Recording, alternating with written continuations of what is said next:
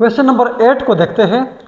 As a freely falling object speed up, what happening to its acceleration? Does it increase, decrease or stay the same? For example, यहाँ से कोई object है जो freely downward move कर रहा है, मतलब वो क्या हो रहा है, फ्री फॉल हो रहा है। एक ऑब्जेक्ट फॉलिंग फ्रीली डाउनवर्ड आ रहा है फ्रीली, कहते हैं कि इसकी जो स्पीड है, फॉर एग्जांपल वो स्पीडिंग अप हो रही है, मतलब इसकी स्पीड इंक्रीज हो रही है। ये ऑब्जेक्ट क्या हो रहा है, स्पीडिंग अप हो रहा है। तो आप मुझे बता दें कि इसकी एक्सेलरेशन के ऊपर क्या फ़र्क पड़ेगा। इसकी जो एक्सेलरेशन है वो इंक्रीज होगी, डिक्रीज होगी या स्टे द सेम।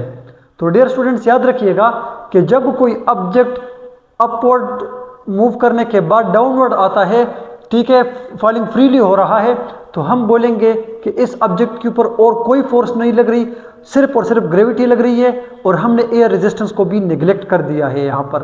तो याद रखिएगा, इसकी स्पीड अब यहाँ पर इंक्रीज हो रही है या जो कुछ भी हो रहा है, तो इसकी एक्सेलरेशन स्टिल कांस्टेंट है, और वो एक्सेलरेशन है बिकॉज ऑफ ग्रेविटी।